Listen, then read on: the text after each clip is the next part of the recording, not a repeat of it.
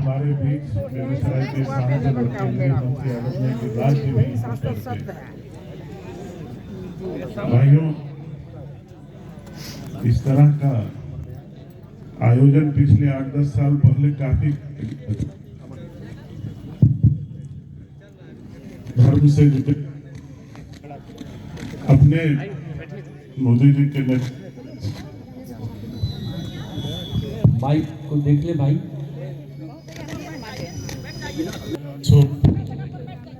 से और भी बढ़ाते जाए, इसको करते जाए, अपने कल्चर से जुड़े, अपने धर्म से जुड़े, और धर्म की रक्षा हम करेंगे तो धर्म हमारी रक्षा करेगा।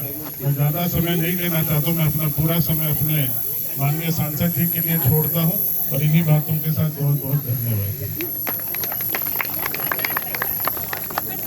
देश की संस्कृति, श्रद्धा की, सभ्यता की सुरक्षा में गायत्री महापरिवार आज मुस्तैदी के साथ खड़ा है। और हम सुन रहे थे इस देश की राष्ट्रीयता के लिए ये मूल मंत्र, तेरा वैभव अमर रहे माँ, हम दिन चार रहे न रहें। और ये देश दुनिया के मानचित्र पर सबसे आगे कैसे हो, गायत्री परिवार इसी कल्पना के साथ आगे बढ़ रहा है। हम उन तमाम गायत्री परिवार के मनुष्यों में के चरणों में हमारा सलाम है, और ये देश के लिए इसी तरह से देश के लिए कामना करते रहें, और हम सब इसके लिए कायल रहेंगे। जय हिंद, जय भारत। अब जिनका हम सबों को इंतजार रहा, उनके मुखार बिंदु से दो शब्द सुनना चाहेंगे। हमारे मंत्री और लोकप्रिय नेता श्री गिरिराज जी से निवेदन करेंगे, दो शब्द आशीर्वाद के हम सबको देकर अनुग्रहित करें। मैं कुछ इजाजत लेकर के कि मैं कुछ अपनी अंदर की वेदना भी रख सकूं, अगर इजाजत देंगे तो मैं रखूंगा। एक बार गुरुदेव का जयकारा लगा दें। बोलिए गायत्री माता की जय, परम पूज्य गुरुदेव की जय, परम वंदनीय माता जी की जय। और मैं देवाधिदेव महादेव को मैं गुरु के रूप में, इसीलिए मैं जहां भी ऐसे मंचों पे जाता हूं तो मैं यही कहता हूं, ना जनामी योगम जपम नैव पूजा, न तो सदा सर्वदा शंभु तुभ्यम। तो इस स्थिति में आज हम यहाँ गायत्री परिवार से मेरा यार, या तो ये ले लो या ठीक करो। आधा बोली निकले, आधा बोली हमारे अंदर रहे, तो मैं नजदीक सबके बोलूं। ठीक करो माइक को। गायत्री परिवार से मैं भी अप्रत्यक्ष रूप से जुड़ा। मैं बिहार में मंत्री था जी, एक बड़ा कार्यक्रम हुआ जी, मुक्ताकाश में आप आए, और मुक्ताकाश में भी पटना, और माननीय प्रणव पांड्या जी उसी आवास में, जो मेरा आवास था, पूरी टीम के साथ। मैं भी भाग्यवान हो गया कि वैसे संत आकर के, और अभी भी मैं जब भी हरिद्वार जाता,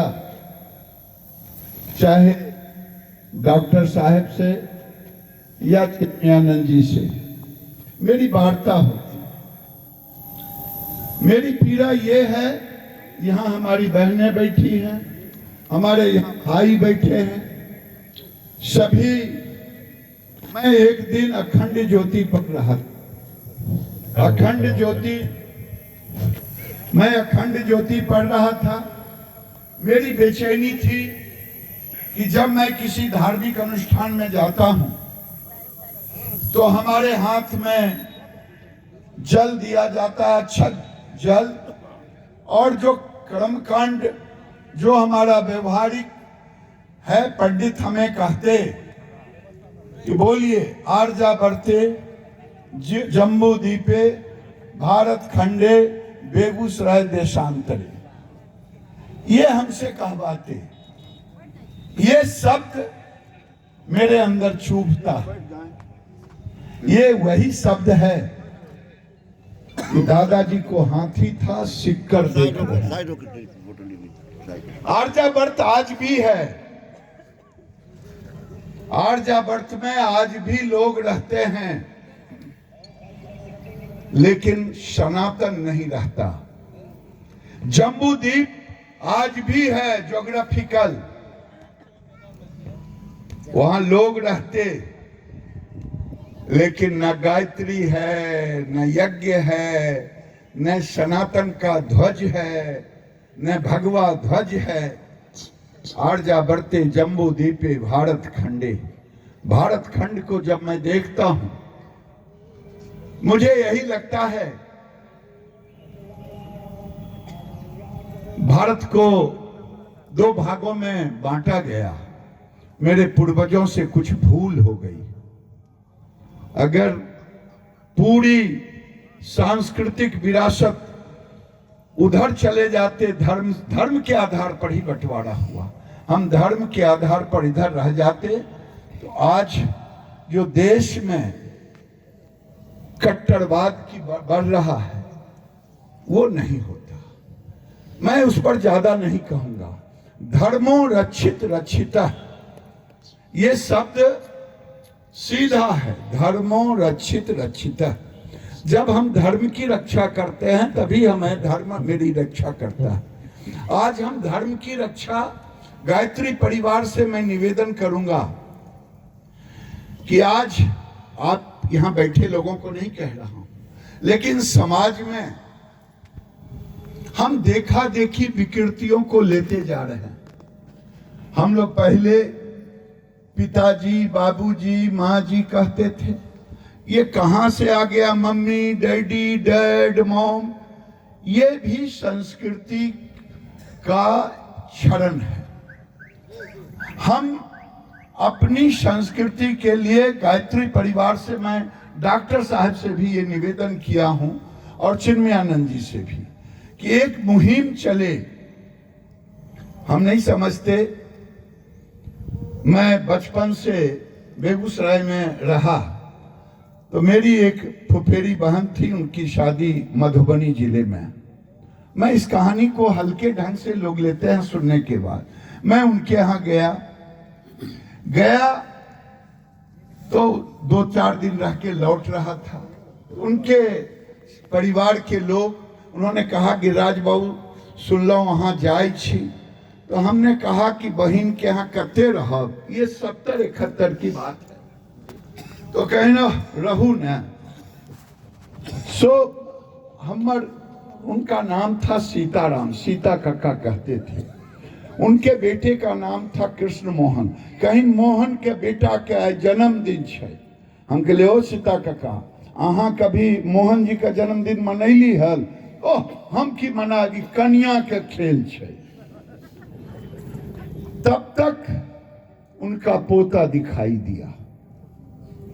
कहीं और डब्बू गोर लग गिराज बाबू का। हमने कहा, सीता कक्का, नाम रखने में भी कंजूसी कर दिया आपने। कहा की भले, हम कहली डब्बुए रखना था तो कड़ाही बटलोही रख देते। तो मैं सोचा कि आखिर इन्होंने ये डब्बू क्यों रखा। डब्बू उस समय एक सिनेमा के सेलिब्रिटी राज कपूर के लड़के थे, जो भी उनका नाम डब्बू था। यानी हमारी संस्कृति इतनी कमजोर है।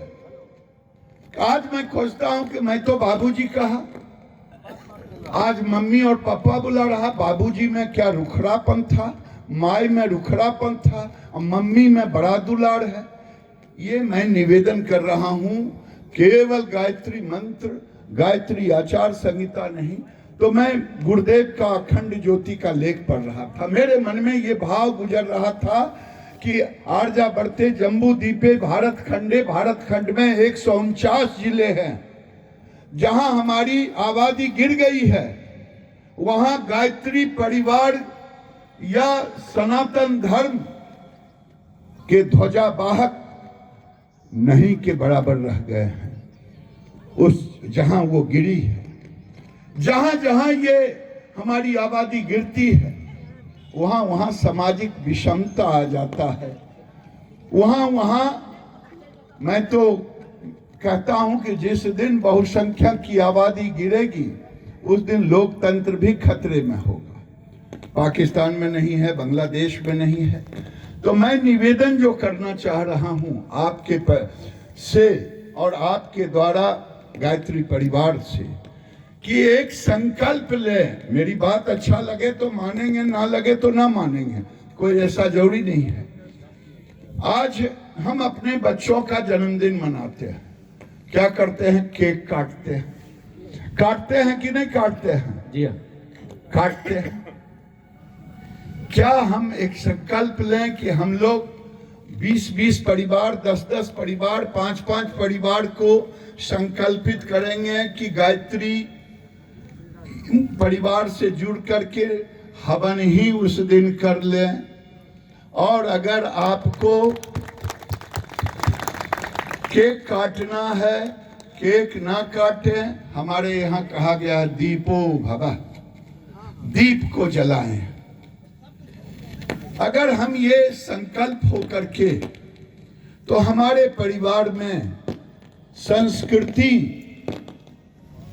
से जुड़ाव होगा, संस्कार से जुड़ाव होगा, धर्म से जुड़ाव होगा। आज हम यहाँ क्यों आए? इसलिए आए कि गायत्री परिवार भारत के सनातन संस्कृति का एक स्तंभ है, इसलिए हमें चलना चाहिए। अगर ये बाइंडिंग नहीं रहता सनातन तो क्या हम यहाँ आते? इसीलिए मैं कह रहा हूँ ये गायत्री परिवार के लोग संकल्प लेंगे कि जन्मदिन मंदिरों में मनेगी, नहीं तो गायत्री के हवन कुंड करके मिठाई जितना बांटना हो बांटे हैं, गांव भर बांटे हैं, शहर भर बांटे हैं, देश भर बांटे हैं, लेकिन केक नहीं काटे। क्या ये संकल्प ले सकते हैं? अगर मेरी बात सही है तो हाथ उठाकर। जी हाँ, गायत्री माता की संकल्प ले करके। जी हाँ, ये मैं हर जगह जाता हूं तो ये संकल्प की बात कहता हूं, क्योंकि आज गांव में मंदिरें तो है, शाम में आरती तो होती है, लेकिन पुजारी अकेले घंटी और आरती लेकर के करते रहते हैं। 2-4 लोग मिल जाएं तो मिल जाएं। और हमें अगर उस मंदिर में माइक लगा हुआ है तो हमें आवाज आ गया कि मंदिर में आरती हो रहा है, तो हम वहीं से गोड़ लग लेते हैं ठाकुर जी को। वहीं से देवी देवता जो भी मंदिर में होते उनको गोड़ लग लेते। तो मेरी यही भी इच्छा है।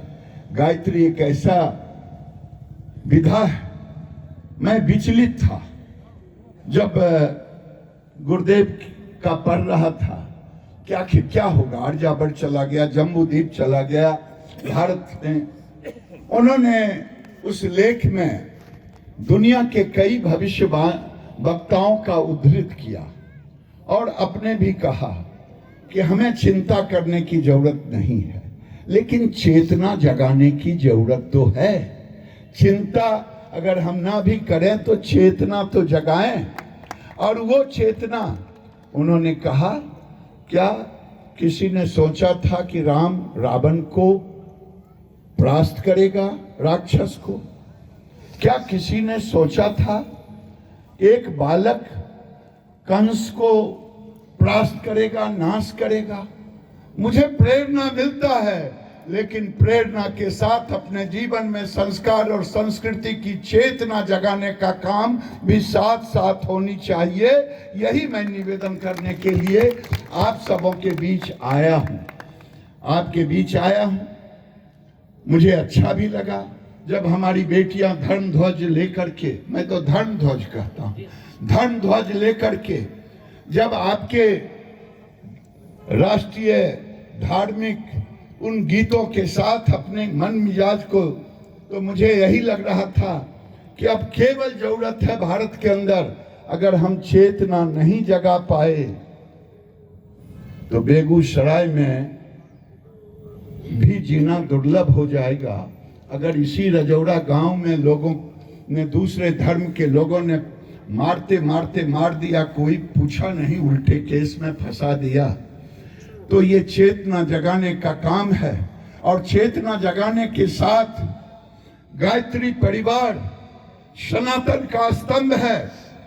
हम जात से ऊपर उठ करके सनातन के साथ जुड़े, जात भी रहे, गोत्र भी रहे, लेकिन हम सनातनी बने, गायत्री को जपे, गायत्री के साथ जुड़े। यही मेरी वेदना, यही मेरी प्रार्थना है, यही मेरी वंदना है यहाँ आए हुए लोगों से, कि अगर हम ये नहीं कर पाए तो जो कहते हैं आर्यावर्ते जम्बू द्वीपे भारत खंडे, अभी देश के अंदर में 1300 स्पॉट हो गए हैं जहां आपकी आबादी गिर गई है। ये 1300 स्पॉट हो गए। मैं हरिद्वार जाता हूं। हरिद्वार सनातन के लिए हरि का द्वार है, लेकिन हरि के द्वार में भी मुझे भय लगता है। मैंने पत्रकारों से 16-17 में एक बार वहां गए, मैंने कहा कि अंग्रेजों ने ये लिख के दिया था, यहाँ गैर सनातनी कोई कलेक्टर नहीं होगा, लेकिन वोट के ठेकेदारों ने जब सत्ता आई, समाजवादी का जब एक था यूपी, उन्होंने कलेक्टर भी गैर सनातनी दिया। फिर उसमें लिखा है कि यहाँ की जमीन केवल हरिद्वार की, गैर सनातनियों को नहीं होगा। लेकिन मुझे, आप हरिद्वार जाते रहते हैं, शांति कुंज, हरिद्वार में जाएंगे, करीब करीब 500 दुकानें तो सनातनियों का है, लेकिन किराएदार उसमें गैर सनातनी हैं जो षड्यंत्र करते रहते हैं। केवल हमने इसलिए दे दिया कि हमें किराया 500 के बदले 1000 देने को तैयार, यानी हमारा कमिटमेंट नहीं। मैं ये कहता हूं कि अगर मैं नहीं जानता कि साप्ताहिक मिलन होता, गायत्री परिवार में यज्ञ होता, कैसे एकत्रीकरण होता।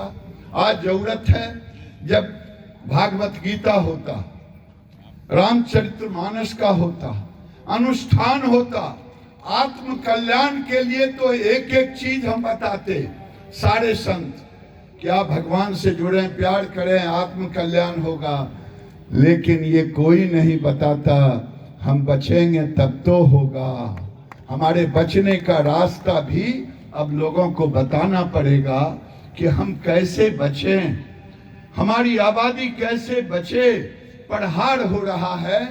मैं विशुद्ध रूप से ये गैर राजनीतिक भाषा कह रहा हूं, क्योंकि ये मेरे मन की पीड़ा है, और ये पीड़ा मैं गायत्री परिवार में रख रहा हूं, शांति कुंज में भी रखा हूं, और ये शांति कुंज का कैंप शांति कुंज है जहां आज यज्ञ का हो रहा है, मैं यहाँ भी रख रहा हूँ। सभी बहनों के साथ सामने, सभी भाइयों के सामने आप संकल्प लें कि हम बच्चों में संस्कार और संस्कृति 10 ही घर को, 5 ही घर को, ये आप खुद कहें कि मैं 20 घर को, 21 घर को, बहन हो या भाई, वहाँ कोई अगर जिसे जन्मदिन मनाना होगा यज्ञ करे, हवन कुंड में जाले, मंदिर जाए, दीपक जलाए और खूब मिठाई बांटे, लेकिन भारत की संस्कृति को अपने साथ अपनाए। जब तक हमारे बच्चों में संस्कृति से जुड़ाव नहीं होगा, संस्कार से जुड़ाव नहीं होगा, तो आत्म कल्याण तो होते रहेगा। सब दिन हमें सिखाया गया ओम शांति शांति शांति, यही कहते हैं ना। अब मेरे मन में आता है ओम शांति शांति तो कहें, लेकिन ओम क्रांति क्रांति भी आज जरूरत है। इस बात को बहुत बहुत धन्यवाद। हम माननीय